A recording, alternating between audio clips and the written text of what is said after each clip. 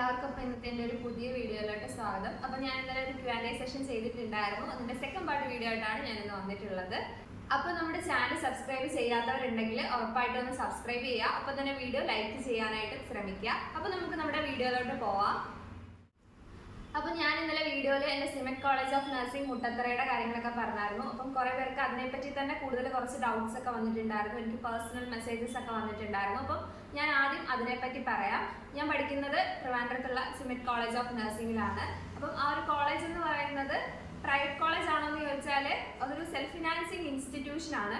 പക്ഷേ അതൊരു കേരള ഗവൺമെൻറ്റിൻ്റെ കൺട്രോൾ ഉള്ള ഒരു കോളേജാണ്. എന്ന് പറയുമ്പോൾ നമ്മളിപ്പം എയ്ഡഡ് സ്കൂൾ എന്നൊക്കെ പറയത്തില്ലേ, അതുപോലെ കേരള ഗവൺമെൻറ് അണ്ടർടേക്കിംഗ് ആയിട്ടുള്ള ഹയർ അതോറിറ്റീസ് എല്ലാം ഗവൺമെൻറ് കൺട്രോളുള്ള കോളേജാണ്. അപ്പം അവിടെ നമ്മുടെ സിമെറ്റ് കോളേജും പ്രൈവറ്റ് കോളേജും തമ്മിലുള്ള വ്യത്യാസം എന്താണെന്ന് ചോദിച്ചു കഴിഞ്ഞാൽ, സിമെറ്റ് കോളേജിൽ എന്ന് പറയുമ്പോൾ നമുക്ക് പ്രാക്ടിക്കൽസ് എല്ലാം കിട്ടുന്നത് ഗവൺമെൻറ് ഹോസ്പിറ്റൽസിലായിരിക്കും.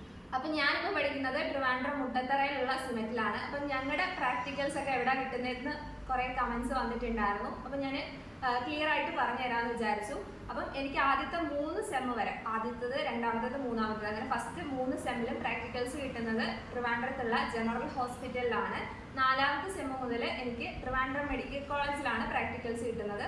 ഒപ്പം തന്നെ നമുക്ക് തൈക്കാട് ഉള്ള സ്ത്രീകളുടെയും കുട്ടികളുടെയും ആശുപത്രി, ഒപ്പം തന്നെ RCC, പിന്നെ ഊളംപാറ, അങ്ങനെ എല്ലാ പോസ്റ്റിങ്സും കിട്ടാറുണ്ട്. ഇതാണ് എൻ്റെ ഒരു പ്രാക്ടിക്കൽ പോസ്റ്റിംഗ് കിട്ടുന്ന ഹോസ്പിറ്റൽസ്. ഇപ്പം സിമെറ്റ് തന്നെ കേരളത്തിൽ ടോട്ടൽ എൻ്റെ കോളേജ് ഉൾപ്പെടെ 11 സിമെറ്റ് ഉണ്ട്. ഈ 11 സിമെറ്റിലും പ്രാക്ടിക്കൽസ് എല്ലാം കിട്ടുന്നത് ഹോസ്പിറ്റൽസിൽ തന്നെ ആയിരിക്കും, ഗവൺമെൻറ് ഹോസ്പിറ്റൽസിൽ തന്നെ ആയിരിക്കും. പക്ഷേ അത് നമുക്ക് മെഡിക്കൽ കോളേജ് ആണെന്നൊന്നും ഉറപ്പ് പറയാൻ പറ്റത്തില്ല. ഞാനിവിടെ എൻ്റെ കോളേജിലെ കേസ് മാത്രമാണ് പറയുന്നത്, മറ്റ് സിമെറ്റിൽ ഇങ്ങനെ ആണെന്നില്ല. അപ്പം ഡൗട്ട് ക്ലിയർ ആയെന്ന് ഞാൻ വിചാരിക്കുന്നു. ഫീസൊക്കെ നമുക്ക് സെൽഫ് ഫിനാൻസിങ് കോളേജിലുള്ള ഫീസ് തന്നെയാണ്. പ്രൈവറ്റ് കോളേജിൽ എത്രയാണോ ഫീസ് അത്രയും തന്നെയാണ്. ഗവൺമെൻറ് കോളേജിലെ ഫീസും കാര്യങ്ങളും ഒന്നുമല്ല. പിന്നെ പ്രാക്ടിക്കൽസ് ഗവൺമെൻറ്റിൽ കിട്ടും. പിന്നെ ഗവൺമെൻറ് നിശ്ചയിക്കുന്ന ഫീസ് മാത്രമേ ഈടാക്കാറുള്ളൂ. അതിൽ കൂടുതലായിട്ട് യൂണിഫോമിൻ്റെ ഫീസ്, ഹോസ്റ്റലിൻ്റെ ഫീസ്, അങ്ങനെ അല്ലാതെ വേറെ എക്സ്ട്രാ നമ്മുടെ കയ്യിൽ നിന്ന് പേയ്മെൻറ്റും കാര്യങ്ങളൊന്നും മേടിക്കാറില്ല. അതൊക്കെയാണ് പ്രത്യേകിച്ച് കൂടുതലായിട്ട് സിമെറ്റിനെ പറ്റി പറയാനുള്ളത്. ഇനി എന്തെങ്കിലും സിമെറ്റിനെ പറ്റി കൂടുതൽ അറിയാനുണ്ടെങ്കിൽ കമൻറ്റ് ചെയ്യുക. അപ്പോൾ നമുക്ക് നമ്മുടെ ക്വസ്റ്റ്യൻ സെഷനിലോട്ട് പോവാം. ആദ്യം തന്നെ വന്നിരിക്കുന്ന ഒരു കമൻറ്റാണ്, ചേച്ചി സി പാസ് ഗവൺമെൻറ് എയ്ഡഡ് അല്ലേ, അപ്പോൾ സി പാസ് വഴി കയറുവാണ് ഇ ഗ്രാൻസ് കാണാൻ ചാൻസ് ഉണ്ടോ? പിന്നെ ഹോസ്റ്റൽ ഫീസൊക്കെ ഗവൺമെൻറ് ആയിരിക്കുമോ? ഇൻഡെക്സ് 280 സി പാസ് വഴി കിട്ടാൻ ചാൻസ് ഉണ്ടോ? അപ്പം സി പാസ് എന്ന് പറയുന്നതും ഇതുപോലെ തന്നെ centre for professional and advanced studies, നമ്മുടെ സിമെറ്റ് പോലെ തന്നെ ഒരു കേരള ഗവൺമെൻറ് അണ്ടർടേക്കിംഗ് ആയിട്ടുള്ളൊരു ഇൻസ്റ്റിറ്റ്യൂഷനാണ്. അപ്പോൾ സി പാസിൻ്റെ അണ്ടറിൽ ഏകദേശം ഒരു 10 കോളേജ് ഉണ്ട്. അവിടെയും എൻ്റെ ഒരു കൂട്ടുകാരി ഇവിടെ കോട്ടയത്തുള്ളൊരു സി പാസിൻ്റെ കോളേജിൽ പഠിക്കുന്നുണ്ട്, ഗാന്ധിനഗറിൽ മറ്റും ഉള്ളത്. അവൾക്കും പ്രാക്ടിക്കൽസ് എല്ലാം ഇതുപോലെ ജനറൽ ഹോസ്പിറ്റലും ഒപ്പം തന്നെ കോട്ടയം മെഡിക്കൽ കോളേജിലുമാണ്. അതുപോലെ തന്നെയാണ് സി പാസിലെ പ്രാക്ടിക്കൽസും, അവർക്ക് ഗവൺമെൻറ്റിലാണ് പ്രാക്ടിക്കൽസ് കിട്ടുന്നത്. അവിടുത്തെ ഫീസിലും കാര്യങ്ങളൊന്നും വ്യത്യാസമില്ല. ഞാൻ പറഞ്ഞ പോലെ തന്നെ സിമെറ്റിൽ എങ്ങനെയാണോ ഫീസ് ഉള്ളത്, പ്രൈവറ്റ് കോളേജിൽ എങ്ങനെയാണോ ഫീസ് ഉള്ളത്, അതുപോലെ തന്നെയാണ് ഫീസും കാര്യങ്ങളും. പിന്നെ ഈ ഗ്രാൻസ് സിമെറ്റ് വന്നു കഴിഞ്ഞാൽ നമുക്ക് ഗവൺമെൻറ് കോളേജിൽ എല്ലാവർക്കും ഏതൊരു കാസ്റ്റിന് വ്യത്യാസം ഇല്ലാതെ ഈ ഗ്രാൻസ് കിട്ടാറുണ്ട് ഗവൺമെൻറ് കോളേജസിൽ. പക്ഷേ അത് സിമെറ്റിലാണെങ്കിലും സി പാസിലാണെങ്കിലും കിട്ടത്തില്ല. പിന്നെ ഈ ചില കാസ്റ്റിന് കിട്ടുന്ന ഈ ഗ്രാൻസ് അത് സിമെറ്റിലാണെങ്കിലും കിട്ടും, സി പാസിലാണെങ്കിലും എല്ലാം കിട്ടും. അല്ലാണ്ട് എല്ലാവർക്കും കിട്ടുന്ന ഈ ഗ്രാൻസ് ഒന്നും ഗവൺമെൻറ് അല്ലാത്തത് കൊണ്ട് തന്നെ കിട്ടുകയില്ല. നെക്സ്റ്റ് 280 സി പാസ് വഴി കിട്ടുമോ? അതിനെപ്പറ്റി എനിക്ക് കൂടുതൽ ഐഡിയ ഇല്ല. വെച്ച് നോക്കുക, കിട്ടാനുള്ള സാധ്യതകളൊക്കെ ഉണ്ട്. ഇതൊക്കെയാണ് ആദ്യത്തെ കമൻസിനെ പറ്റി. ഹോസ്റ്റൽ ഫീസ് എല്ലാം കോളേജ് നിശ്ചയിക്കുന്ന ഫീസായിരിക്കും. ഒരു നമുക്ക് കോളേജ് ഹോസ്റ്റലിൽ തന്നെ നിൽക്കണമെന്നുള്ള കാര്യത്തിലൊന്നും നിർബന്ധമില്ല. നമുക്ക് പുറത്ത് ഹോസ്റ്റലിൽ വേണമെങ്കിൽ അങ്ങനെ നിൽക്കാം. അതൊക്കെ നമ്മുടെ ഇഷ്ടമാണ്. അടുത്തതായിട്ട് വന്നിരിക്കുന്ന കമൻറ്റ്, GNM നല്ലതാണോ? പിന്നെ പോസ്റ്റ് ബേസിക് ചെയ്താൽ വാല്യൂ ഉണ്ടാവോ? ഇപ്പോൾ GNM BSc നഴ്സിംഗും തമ്മിലുള്ള വ്യത്യാസം എന്ന് പറഞ്ഞു കഴിഞ്ഞാൽ, GNM എന്ന് പറയുന്നത് ഒരു ഡിപ്ലോമ കോഴ്സാണ്, BSc നഴ്സിംഗ് ഡിഗ്രി കോഴ്സാണ്. അപ്പം GNM എന്ന് പറയുമ്പോഴത്തേക്ക് 3 വർഷത്തെ കോഴ്സ്, BSc നഴ്സിംഗ് 4 വർഷത്തെ ഡിഗ്രി പ്രോഗ്രാം. അപ്പോൾ GNM നമ്മൾ പഠിച്ചു കഴിഞ്ഞിട്ട് പോസ്റ്റ് ബേസിക് BSc നഴ്സിംഗ് കൂടെ പഠിച്ചു കഴിഞ്ഞാൽ BSc നഴ്സിംഗിൻ്റെ തുല്യമായിട്ടുള്ള വാല്യൂ കിട്ടും. എല്ലാ സെൽഫ് ഫിനാൻസിങ് കോളേജിലും സെയിം ഫീ ആണോ അതോ ഡിഫറൻസ് ഉണ്ടോ? 5 ലാഖൊക്കെ ആണോ ആവുക ടോട്ടൽ? എല്ലാ സെൽഫ് ഫിനാൻസിങ് കോളേജസിലെല്ലാം ഗവൺമെൻറ് നിശ്ചയിക്കുന്ന ഫീസ് തന്നെയാണ്. പിന്നെ കോളേജുകാർ തന്നെ എന്തെങ്കിലും എക്സ്ട്രാ യൂണിഫോമിൻ്റെ കാര്യത്തിലൊക്കെ അവർക്ക് എന്തോ 5500-നുള്ളിൽ യൂണിഫോമിനും ഒപ്പം തന്നെ ടെക്സ്റ്റ് ബുക്കിനും മേടിക്കാൻ എല്ലാ കോളേജിലും റൈറ്റ് ഉണ്ട്. അപ്പം അത് കോളേജുകൾ തീരുമാനിക്കുന്ന ഫീസാണ്. ചിലർ 5500 തന്നെ മാക്സിമം വാങ്ങിക്കുന്നവർ കാണും. അല്ലാതെ ഇപ്പം ചില കോളേജസിൽ ചിലപ്പോൾ 2000-ൽ താഴെ മേടിക്കുന്നത് കാണും. അതൊക്കെ കോളേജുകാർ ഇഷ്ടമാണ്. അല്ലാതെ സെൽഫ് ഫിനാൻസിങ് കോളേജിലെല്ലാം സെയിം ഫീസ് തന്നെയാണ്. പിന്നെ എല്ലാവരും പ്രത്യേകം ശ്രദ്ധിക്കുക, സിമറ്റിൽ ഉൾപ്പെടെ തന്നെ NRI സീറ്റ് ഉണ്ട്. NRI സീറ്റുകാർക്ക് സെൽഫ് ഫിനാൻസിംഗുകാരുടെ സീറ്റ് അല്ല. ഏകദേശം വർഷം 1.5 ലക്ഷം രൂപ മറ്റോ ആണ് NRIക്കാരുടെ സീറ്റ്. അതെല്ലാം നമ്മുടെ പ്രോസ്പെക്ടസിൽ വ്യക്തമായിട്ടുണ്ട്. അതെല്ലാം നോക്കിയിട്ട് മാത്രം NRI സീറ്റിന് അപ്ലൈ ചെയ്യുക. മാത്രമല്ല NRI സീറ്റ് എല്ലാവർക്കും അപ്ലൈ ചെയ്യാനായിട്ട് പറ്റത്തില്ല. അതിന് കുറച്ച് ക്രൈറ്റീരിയാസ് ഉണ്ട്. എല്ലാം അറിഞ്ഞതിന് ശേഷം മാത്രം NRI സീറ്റിന് അപ്ലൈ ചെയ്യാനായിട്ട് പ്രത്യേകം ശ്രദ്ധിക്കണം. 5 ലക്ഷത്തിൽ താഴെയാണോ ഫീസ് ആകുന്നത് ചോദിച്ചു കഴിഞ്ഞാൽ, ഇപ്പം നമുക്ക് ഹോസ്റ്റലിൽ നിൽക്കുന്നില്ല, നമ്മുടെ വീടിൻ്റെ അടുത്തുള്ള കോളേജ് ആണെങ്കിൽ നമുക്ക് സെൽഫ് ഫിനാൻസിങ് കോളേജിൽ പഠിച്ചിട്ട് ഇറങ്ങുമ്പോഴത്തേക്ക് ഒരു 4 ലക്ഷം 4.25 ലക്ഷം ഒക്കെ ആവത്തുള്ളൂ. അതേസമയം നമ്മൾ ദൂരെയുള്ള ഒരു കോളേജാണ്, ഹോസ്റ്റലിലൊക്കെ പോയി നിൽക്കണം എന്നുണ്ടെങ്കിൽ ഹോസ്റ്റൽ ഫീസ് കൂടെ എല്ലാം കൂടെ കൂട്ടി ഒരു 6 ലക്ഷം 7 ലക്ഷം ആ ഒരു റേഞ്ചിലാണ് പഠിച്ചിട്ട് ഇറങ്ങുമ്പോൾ കേരളത്തിലാവാൻ സാധ്യത. LBS വഴി മെറിറ്റിൽ കിട്ടുന്ന സീറ്റാണെന്നുണ്ടെങ്കിൽ നമ്മൾ ഈ പറയുന്നതൊന്നും മാനേജ്മെന്റ് സീറ്റിന്റെ കാര്യമില്ല എന്നുള്ളത് പ്രത്യേകം ശ്രദ്ധിക്കുക.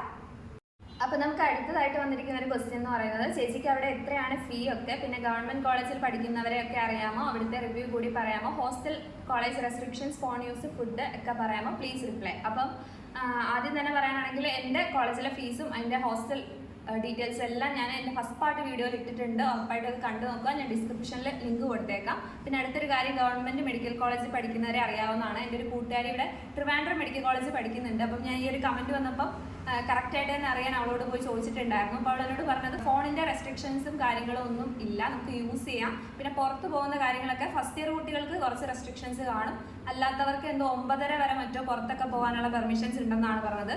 പിന്നെ കോളേജിൽ ഹോസ്റ്റൽ ഫീസിന്റെ കാര്യം പറഞ്ഞത്, അവൾക്ക് ഇതുവരെ ഒരു 4000 രൂപ അതിൻ്റെ ഉള്ളിലാണ് ഹോസ്റ്റൽ ഫീസ് വന്നിരിക്കുന്നതെന്നാണ് അവൾ എന്നോട് പറഞ്ഞത്. ഇനി കൂടുമെന്നുള്ള കാര്യത്തിലൊന്നും അറിയത്തില്ല. ഇത്രയാണ് ഞാൻ ചോദിച്ചപ്പോൾ കിട്ടിയത്. പിന്നെ ക്ലാസ് ഒന്നും കുഴപ്പമില്ല.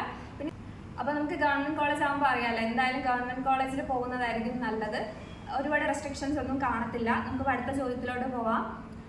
BSc Nursing self finance college and GNM in government college which is better for an average family. അപ്പം ആദ്യം തന്നെ മനസ്സിലാക്കേണ്ട ഒരു കാര്യം എന്ന് പറയുമ്പോൾ, സെൽഫ് ഫിനാൻസിങ് കോളേജിൽ BSc Nursing പഠിക്കുകയാണെന്നുണ്ടെങ്കിൽ, ഒരു ഹോസ്റ്റലിൽ നിന്ന് പഠിക്കുന്നവരാണെന്നുണ്ടെങ്കിൽ ഒരു 7 ലക്ഷം രൂപ വരെ ആകാനുള്ള സാധ്യതയുണ്ട് LBS വഴി കിട്ടുകയാണെന്നുണ്ടെങ്കിൽ. അല്ല നമുക്ക് അതല്ല നമുക്ക് ഹോസ്റ്റലല്ല, നമ്മുടെ വീടിൻ്റെ അടുത്തുള്ള കോളേജാണ്, പോയിട്ട് വരാനാണെന്നുണ്ടെങ്കിൽ നമുക്ക് ട്യൂഷൻ ഫീസും കോളേജിൽ ആവുന്ന ഫീസും എല്ലാം കൂടി കൂട്ടി ഒരു 4 ലക്ഷം 4.25 ലക്ഷത്തിൽ നിൽക്കും.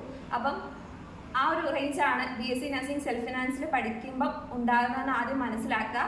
അപ്പം അടുത്ത ചോദിച്ചിരിക്കുന്നത് GNM in government college. Government കോളേജിൽ ജനറൽ നഴ്സിംഗ് പഠിക്കുമ്പോൾ വളരെ കുറച്ച് പൈസ ആവത്തുള്ളൂ. അപ്പം നമുക്ക് അത് അഫോർഡ് ചെയ്യാൻ പറ്റുമോ എന്നുള്ള കാര്യം ആലോചിച്ചിട്ട് ഏതാണ് ബെറ്റർ എന്നുള്ളത് തിരഞ്ഞെടുക്കുക. BSc Nursing ചൂസ് ചെയ്യാൻ പറ്റുന്നുണ്ടെങ്കിൽ ഓഫ് കോഴ്സ് അതായിരിക്കും നല്ലത്. എന്താണെന്ന് വെച്ച് കഴിഞ്ഞാൽ അതൊരു ഡിഗ്രി കോഴ്സാണ്. അടുത്ത ചോദ്യം എന്ന് പറയുന്നത്, നിങ്ങൾക്ക് എവിടെയാണ് പോസ്റ്റിംഗ് ഒക്കെ കിട്ടാറുള്ളത്? ട്രിവാൻഡ്രം മെഡിക്കൽ കോളേജ് ആണോ? അതിനെപ്പറ്റി ഞാൻ ആദ്യം തന്നെ പറഞ്ഞിട്ടുണ്ടായിരുന്നു. നമുക്ക് ട്രിവാൻഡ്രം മെഡിക്കൽ കോളേജും ജനറൽ ആശുപത്രി, RCC, തൈക്കാട് എല്ലായിടത്തും പോസ്റ്റിംഗ് ഉണ്ട്. അതിൻ്റെ ഒരു സെപ്പറേറ്റ് വീഡിയോ വേണമെന്നുണ്ടെങ്കിൽ, ഡീറ്റെയിൽഡ് ആയിട്ട് ഏതൊക്കെ സെമ്മിൽ എവിടെയൊക്കെയാണ് പോസ്റ്റിംഗ് എന്നുള്ളൊരു വീഡിയോ വേണമെന്നുണ്ടെങ്കിൽ കമൻറ്റ് ചെയ്ത് കഴിഞ്ഞാൽ ഉറപ്പായിട്ടും ചെയ്യുന്നതായിരിക്കും. അടുത്ത ചോദ്യം, ടോക്കൺ ഫീ അടയ്ക്കുന്ന ടൈമൊക്കെ അവർ എങ്ങനെയാണ് പറഞ്ഞു തരിക? ടോക്കൺ ഫീ അടയ്ക്കേണ്ടതെന്ന് പറയുമ്പം എല്ലാവരും ഇത് ഉറപ്പായിട്ട് ശ്രദ്ധിച്ചിരിക്കേണ്ട ഒരു കാര്യമാണ്. നമുക്കിപ്പോൾ ഏതെങ്കിലും ഒരു കോളേജ് വന്നു, എനിക്കിപ്പം ഫസ്റ്റ് അലോട്ട്മെൻറ്റ്, ആദ്യം തന്നെ LBSൽ നമുക്ക് 3 അലോട്ട്മെൻറ്റ് വന്നതിന് ശേഷം മാത്രമാണ് നമ്മൾ കോളേജിൽ പോയിട്ട് അഡ്മിഷൻ എടുക്കേണ്ടി വരുന്നത്. പക്ഷെ നമുക്കിപ്പം ഫസ്റ്റ് അലോട്ട്മെൻറ്റിൽ എനിക്കിപ്പോൾ ഒരു കോളേജിൽ കിട്ടി. അപ്പം ഞാൻ കോളേജിൽ പോയി അഡ്മിഷൻ എടുക്കേണ്ടതേ ഉള്ളൂ. ഞാൻ LBSൻ്റെ സൈറ്റ് വഴി ആദ്യം തന്നെ ടോക്കൺ ഫീ ആയിട്ടുള്ള 25,000 രൂപ അടച്ചിരിക്കണം. അല്ലെന്നുണ്ടെങ്കിൽ നമ്മുടെ ഓപ്ഷൻ വന്നത് പോവും. ഇപ്പം എനിക്ക് ആദ്യത്തെ അലോട്ട്മെൻറ്റിൽ എവിടെയും വന്നില്ലെന്നിരിക്കട്ടെ, ഞാൻ ഒന്നും ചെയ്യേണ്ട, വീണ്ടും ഓപ്ഷൻ കൺഫേം ചെയ്ത് കൊടുത്താൽ മതി. അഥവാ രണ്ടാമത്തെ അലോട്ട്മെൻറ്റിലാണ് എനിക്കൊരു കോളേജിൽ വരുന്നതെങ്കിൽ അപ്പോഴും എന്ത് ചെയ്യുക, രണ്ടാമത്തെ അലോട്ട്മെൻറ്റിൽ വരുന്ന സമയത്ത് ടോക്കൺ ഫീ അടയ്ക്കുക. ഒരു തവണ അടച്ചു കഴിഞ്ഞാൽ പിന്നെ അടയ്ക്കേണ്ട കാര്യമില്ല.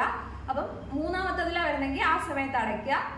അങ്ങനെ ഒരു കാര്യം പ്രത്യേകം ശ്രദ്ധിക്കുക. കോളേജിൽ പോയി അഡ്മിഷൻ എടുക്കേണ്ടതേ ഉള്ളൂ മൂന്നാമത്തെ അലോട്ട്മെൻറ്റ് വരെ. പക്ഷേ ടോക്കൺ ഫീ നമുക്ക് കിട്ടുന്ന സമയത്ത് തന്നെ അടയ്ക്കണം.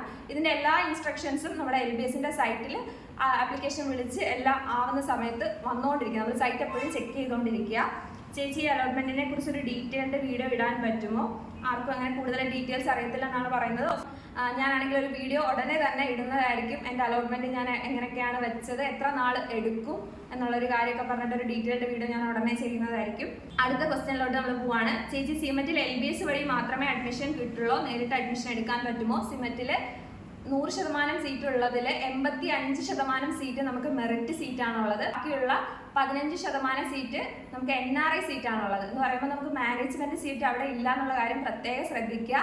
നമുക്ക് LBS വഴി മാത്രമേ അഡ്മിഷൻ ഉള്ളൂ. അതിൽ തന്നെ 85% മെറിറ്റ് സീറ്റും 15% NRI സീറ്റും. അല്ലാണ്ട് നേരിട്ടൊന്നും നമുക്ക് അഡ്മിഷൻ എടുക്കാനായിട്ട് പറ്റത്തില്ല.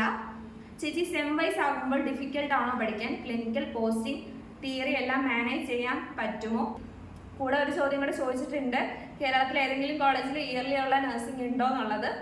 2021 മുതൽ കേരളത്തിലെ BSc nursing course sem system ആക്കിയിട്ടുണ്ട്. എന്ന് പറയുമ്പോൾ നമുക്ക് 8 സെമ്മാണുള്ളത്. 7 സെമ്മ് നമുക്ക് തിയറി എല്ലാം ഇൻക്ലൂഡഡും 8ാമത്തെ സെമ്മിൽ ഇന്റേൺഷിപ്പും ആണ്. അപ്പം 6 ഒരു സെമ്മിലെന്ന് പറയുമ്പോഴത്തേക്ക് ഏകദേശം 6 മാസമാണ് വരുന്നത്. ഇപ്പം എനിക്ക് നവംബറിലായിരുന്നു ക്ലാസ് തുടങ്ങിയത്, എനിക്ക് ഏപ്രിൽ ആയപ്പോഴത്തേക്ക് എക്സാം ആണ് നടന്നത്. എന്ന് പറയുമ്പോൾ കറക്റ്റ് 6 മാസം. അപ്പോൾ ആ ഒരു 6 മാസത്തിനുള്ളിലെന്ന് പറയുമ്പോൾ നമുക്ക് തിയറി ക്ലാസ്സസ് കാണും, പ്രാക്ടിക്കൽ അവേഴ്സ് കാണും, സ്കിൽ ലാബ് കാണും, അങ്ങനെ എല്ലാം കാണും. അപ്പോൾ തന്നെ ഒരുപാട് അസൈൻമെന്റ്സ്, സെമിനാർ, പ്രോജക്റ്റ് എല്ലാം കാണും. പിന്നെ വേറെ കുറേ കാര്യങ്ങൾ അതൊക്കെ നമുക്ക് കോഴ്സിന് വരുമ്പോൾ മനസ്സിലാവും. അപ്പോൾ ഇതെല്ലാം കൂടെ മാനേജ് ചെയ്ത് കൊണ്ടുപോകാന്ന് പറയുന്നത് കുറച്ച് ബുദ്ധിമുട്ടുള്ള കാര്യമാണ്. ബിക്കോസ് 6 മാസമേ ഉള്ളൂ. 6 മാസത്തിനുള്ളിൽ നമ്മൾ ഇതെല്ലാം ചെയ്യണം, പഠിക്കണം, പോസ്റ്റിങ്ങിന് പോകണം, എല്ലാം ഉണ്ട്. കുറച്ച് സമയം എന്ന് വെച്ചാൽ നമുക്ക് ഭയങ്കര ടൈറ്റ് ആയിരിക്കും. ഈ സമയം നമ്മൾ ഫോണിലൊക്കെ പണ്ട് യൂട്യൂബ് വീഡിയോസ് ഒക്കെ കണ്ടുകൊണ്ടിരിക്കുന്ന പോലെ അങ്ങനെയൊന്നും നമുക്ക് ഇരിക്കാൻ പറ്റത്തില്ല. കൂടുതലും നമുക്ക് പഠിക്കാനാണുള്ളത്, എഴുതാനാണുള്ളത്, അങ്ങനെ. പിന്നെ പോയിട്ട് പോസ്റ്റിംഗ് ഒക്കെ കഴിഞ്ഞ് വരുമ്പോൾ ക്ഷീണവും കാര്യങ്ങളൊക്കെ ആയിരിക്കും. അതുകൊണ്ട് ടൈറ്റ് ഷെഡ്യൂളാണ്. പക്ഷേ നമ്മൾ 4 വർഷം കഷ്ടപ്പെട്ട് കോഴ്സ് കംപ്ലീറ്റ് ചെയ്താൽ ഉറപ്പായിട്ട് നമുക്ക് നല്ലൊരു ഫ്യൂച്ചർ ഉണ്ടാവും. പിന്നെ നമ്മൾ നഴ്സിംഗ് പഠിക്കാൻ വരുമ്പോഴത്തേക്ക് പ്രധാനമായിട്ട് അറിഞ്ഞിരിക്കേണ്ട ഒരു കാര്യം എന്ന് പറഞ്ഞു കഴിഞ്ഞാൽ, നഴ്സിംഗ് എന്ന് പറയുമ്പോഴത്തേക്ക് നമുക്ക് നഴ്സിംഗ് കോളേജ്, ഇപ്പം ഏത് നഴ്സിംഗ് കോളേജിൽ പോയാലും ശരി, നമ്മൾ ഭയങ്കര ക്യാമ്പസ് ലൈഫ് എൻജോയ് ചെയ്യാന്നുള്ളൊരു മൈൻഡ് സെറ്റിൽ പോയിട്ട് കാര്യമില്ല.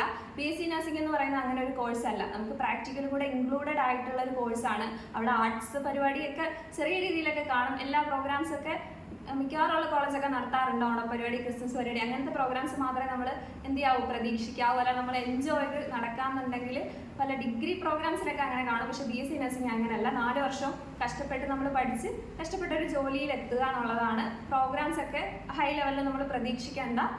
അത്യാവശ്യം കോളേജുകളിൽ മാക്സിമം എല്ലാ പരിപാടി, ആർട്സ് ഡേ ആണെങ്കിലും നമുക്ക് കലോത്സവം, കുഹാസിൻ്റെ, അങ്ങനെ അതെല്ലാം നടത്താറുണ്ട്. പക്ഷേ ആർട്സ് കോളേജ് പോലെ വരില്ല. ഉറപ്പായിട്ടും അതിൻ്റെതായ റെസ്ട്രിക്ഷൻസ് എല്ലാം ഉണ്ട്. അടുത്തതായിട്ട് സിമെറ്റ് കോളേജിൽ അഡ്മിഷൻ തുടങ്ങിയോ? സിമെറ്റ് കോളേജിലാണെങ്കിലും ഏത് കോളേജിലാണെങ്കിലും LBS വഴിയാണ് അഡ്മിഷൻ കിട്ടുന്നത്. അപ്പോൾ LBSന്റെ സൈറ്റിൽ ഇപ്പം നമുക്ക് അപ്ലൈ ചെയ്യാനുള്ളത് വിളിച്ചിട്ടുണ്ട്. അപ്പോൾ എല്ലാവരും അപ്ലൈ ചെയ്യുന്നത് കൊടുത്തിടുക. ജൂൺ, എനിക്ക് കൃത്യമായിട്ട് അറിയത്തില്ല, ജൂൺ 5ഓ 10ഓ വരെ എന്തോ ആണെന്ന് തോന്നുന്നു നമുക്ക് കൊടുക്കാനുള്ള സമയം. അതിനുള്ളിൽ അപ്ലൈ ചെയ്തിടുക. സിമെറ്റിൻ്റെ LBSന്റെ സൈറ്റ് വഴി തന്നെയാണ് അവിടുത്തെ NRI സീറ്റും മെറിറ്റ് സീറ്റും ഫില്ല് ചെയ്യുന്നത്. പ്രത്യേകം ശ്രദ്ധിക്കുക, അറിയാതെ പോലും ആരും NRI സീറ്റ് എടുക്കാൻ ആഗ്രഹിക്കുന്നില്ല എന്നുണ്ടെങ്കിൽ NRI സീറ്റിനുള്ള ഓപ്ഷൻസ് വെക്കരുത്. പിന്നെ നമുക്കത് ബുദ്ധിമുട്ടാവും. നമ്മൾ മെറിറ്റ് സീറ്റും NRI സീറ്റൊന്ന് ബ്രാക്കറ്റിൽ കൊടുത്തിട്ടുണ്ടായിരിക്കും. അപ്പോൾ ശ്രദ്ധിച്ചിട്ട് വേണം നമ്മൾ അലോട്ട്മെൻറ്റിൽ ഓപ്ഷൻ വെക്കാൻ. NRI സീറ്റ് എടുക്കുന്നതിന് ക്രൈറ്റീരിയാസ് ഒക്കെ ഉണ്ട്. എല്ലാവർക്കും പോയൊന്നും എടുക്കാൻ പറ്റത്തില്ല. അതൊക്കെ ചെക്ക് ചെയ്തിട്ട് മാത്രം വെക്കുക. ഒരുപാട് പേർക്ക് അബദ്ധം പറ്റാനുള്ളൊരു സാധ്യത ഉണ്ട് കേട്ടോ. അതുകൊണ്ടാണ് ഞാനിത് എടുത്തു പറയുന്നത്. അടുത്ത കമന്റ് ആണ്, ചേച്ചി എനിക്ക് BSc നഴ്സിംഗ് പോകണമെന്നുണ്ട്. 287 മാർക്ക്, 95% +2, മുസ്ലിമാണ്, ഗവൺമെന്റ് കിട്ടില്ല, അപ്പോൾ പ്രൈവറ്റ് കോളേജ് LBS വഴി എഡ്യൂക്കേഷൻ ലോണിന്റെ കാര്യമൊക്കെയാണ് ഇപ്പോൾ ചോദിച്ചേക്കുന്നത്. അപ്പം എനിക്ക് പ്രധാനമായിട്ടും വേറെ കുറേ കമന്റ്സ് വന്നിട്ടുണ്ടായിരുന്നു, എനിക്ക് ഗവൺമെന്റ് ഒക്കെ കിട്ടാൻ സാധ്യതയില്ല, അപ്പം ഞാൻ പ്രൈവറ്റ് വെച്ചാൽ പോരെന്നൊക്കെ. പക്ഷെ എനിക്ക് അതിനോട് യോജിപ്പില്ല. നമ്മളങ്ങ് കിട്ടത്തില്ലെന്ന് ആദ്യമേ വിധി എഴുതുന്നതിൽ അർത്ഥമില്ല. എന്തെങ്കിലും ഭാഗ്യം കൊണ്ട് കിട്ടിയാൽ എന്ത് ചെയ്യും? അതുകൊണ്ട് ഉറപ്പായിട്ടും അത്യാവശ്യം മാർക്കൊക്കെ ഉള്ളവർ ഉറപ്പായിട്ടും എന്ത് ചെയ്യുക, ആദ്യം ഗവൺമെന്റ് കോളേജ് തന്നെ വെക്കുക. ഗവൺമെന്റ് ആണോ പ്രൈവറ്റ് ആണോ നല്ലതെന്ന് വരെ ചോദിക്കുന്നവരുണ്ട്. എനിക്ക് എന്തുകൊണ്ടാണ് അങ്ങനെ ചോദിക്കുന്നതെന്ന് അറിയത്തില്ല. ഉറപ്പായിട്ട് ഗവൺമെന്റ് കോളേജിൽ പഠിക്കുന്നതായിരിക്കും നല്ലത്. ഫീസ് ആണെങ്കിലും പ്രാക്ടിക്കൽസ് ആണെങ്കിലും എല്ലാം അത് തന്നെയാണ് ബെറ്റർ. സോ ആദ്യം ഗവൺമെന്റ് വെക്കുക. ഗവൺമെന്റ് വെച്ചതിന് ശേഷം പ്രൈവറ്റ് വെക്കുക. ബിക്കോസ് നമുക്ക് നഷ്ടമൊന്നും ഇല്ലല്ലോ. ഗവൺമെന്റ് കഴിഞ്ഞിട്ട് പ്രൈവറ്റ് വെച്ചെന്നും പറഞ്ഞിട്ട് പ്രൈവറ്റ് കിട്ടാതിരിക്കത്തൊന്നുമില്ല. ഇനി ഞാൻ അതും കൂടെ പറഞ്ഞുതരാം. നമ്മൾ നോക്കുന്ന ഒരു ഓർഡർ എന്ന് പറയുമ്പോഴത്തേക്ക് ഇപ്പം ഞാൻ ആദ്യം ഗവൺമെന്റ് നമ്മുടെ എങ്ങനെയാണ് LBS നമുക്ക് അലോട്ട്മെന്റ് തരുന്നത്? ആദ്യം ഇപ്പോൾ ഗവൺമെന്റ് മെഡിക്കൽ കോളേജ് ട്രിവാൻഡ്രമാണ് വെച്ചേക്കുന്നത്. രണ്ടാമത് ഗവൺമെന്റ് മെഡിക്കൽ കോളേജ് കൊല്ലമാണ് വെച്ചേക്കുന്നതെങ്കിൽ ആദ്യം നമ്മുടെ ഒരു ഇതെടുത്ത് വെച്ചിട്ട് അവർ നോക്കും. കമ്പ്യൂട്ടർ സിസ്റ്റം ആണെന്ന് തോന്നുന്നു ചെയ്യുന്നത്. ആദ്യം ട്രിവാൻഡ്രം എടുത്ത് വെച്ചിട്ട് നമുക്ക് കിട്ടാൻ സാധ്യതയുണ്ടോ നോക്കും. നമ്മുടെ ഫസ്റ്റ് ഓപ്ഷൻ കിട്ടാൻ സാധ്യതയില്ലെങ്കിൽ മാത്രമേ അടുത്ത ഓപ്ഷനിലോട്ട് പോകത്തുള്ളൂ. അപ്പം നമ്മൾ പേടിക്കേണ്ട കാര്യമില്ലല്ലോ. ഞാനിപ്പം ആദ്യം ആദ്യം ഞാൻ ഗോകുലം വെച്ചു, രണ്ടാമത് ഗവൺമെന്റ് മെഡിക്കൽ കോളേജ് തിരുവനന്തപുരം വെച്ചു. അപ്പോൾ അവർ ആദ്യം നോക്കുന്നത് ഗോകുലത്തിൽ ആ കുട്ടിക്ക് അർഹതയുണ്ടോ. അപ്പം അർഹത ഉണ്ടെങ്കിൽ ആദ്യം ഗോകുലത്തിൽ കൊടുത്തതിന് ശേഷം കൊടുക്കുവാണ്. അപ്പോൾ പിന്നെ എനിക്ക് തിരുവനന്തപുരം കിട്ടാനുണ്ടായിരുന്നു, കിട്ടിയില്ല എന്ന് പറയുന്നതിൽ കാര്യമില്ല. അപ്പം ഞാൻ പറഞ്ഞത് മനസ്സിലായെന്ന് വിചാരിക്കുന്നു. ഇഷ്ടമുള്ള കോളേജ് ഓർഡറിൽ വെക്കുക. മുകളിൽ നിന്നാണ് നോക്കി തുടങ്ങുന്നത് ഇഷ്ടപ്പെട്ട കോളേജുകൾ ഏതാണെന്നുള്ളത്. അപ്പം നമുക്ക് കിട്ടാൻ സാധ്യത ഇല്ലെന്നുണ്ടെങ്കിൽ അതോടെ അവർ വിട്ടിട്ട് താഴോട്ട് നോക്കിപ്പോരും. അപ്പോൾ 12ാമത്തെ ഓപ്ഷൻ വരെ നോക്കിയിട്ട് 12 കിട്ടിയില്ല എന്നുണ്ടെങ്കിൽ 13ാമത്തെ ഓപ്ഷനിലോട്ട് പോകും. 13 കിട്ടാൻ സാധ്യതയുണ്ട്, 13 കിട്ടും. അങ്ങനെയാണ് ഒരു പോകുന്ന രീതി. എഡ്യൂക്കേഷൻ ലോണിനെ പറ്റിയിട്ട് ചോദിച്ചിട്ടുണ്ട്.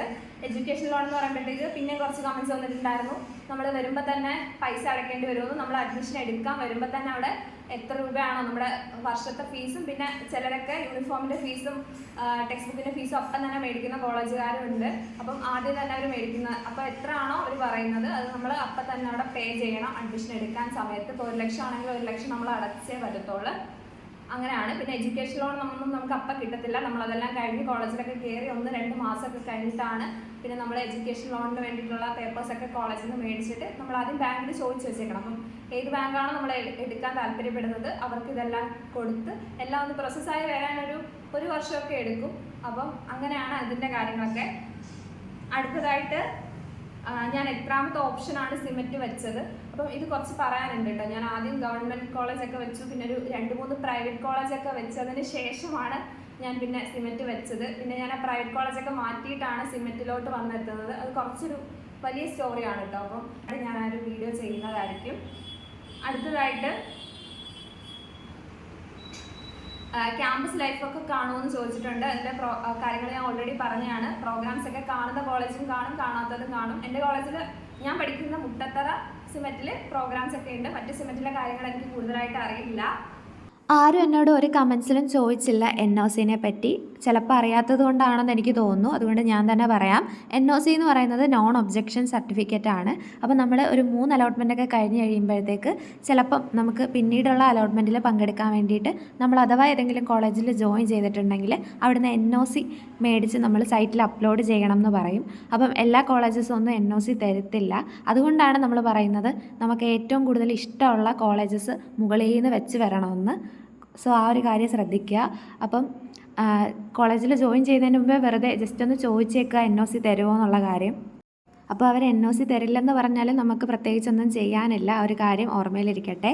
പിന്നെ ചില കോളേജുകൾ ഗവൺമെൻറ് കോളേജിലോട്ടുള്ള അലോട്ട്മെൻറ്റിൽ പങ്കെടുക്കാൻ വേണ്ടിയിട്ട് NOC തരാറുണ്ട്. ഞാനും അങ്ങനെയാണ് പങ്കെടുത്തിട്ടുള്ളത്. അപ്പം BSc നഴ്സിംഗ് റിലേറ്റഡ് ആയിട്ടുള്ളൊരു Q&A സെഷൻ ഇവിടെ അവസാനിക്കുകയാണ്. അപ്പോൾ വീഡിയോ എല്ലാവർക്കും ഉപകാരപ്രദമായെന്ന് ഞാൻ വിശ്വസിക്കുന്നു. അപ്പോൾ വീഡിയോ ഇഷ്ടമായാലും ചാനൽ സബ്സ്ക്രൈബ് ചെയ്യുക, വീഡിയോ ലൈക്ക് ചെയ്യുക. നമുക്ക് മറ്റൊരു വീഡിയോ ആയിട്ട് കാണാം. താങ്ക്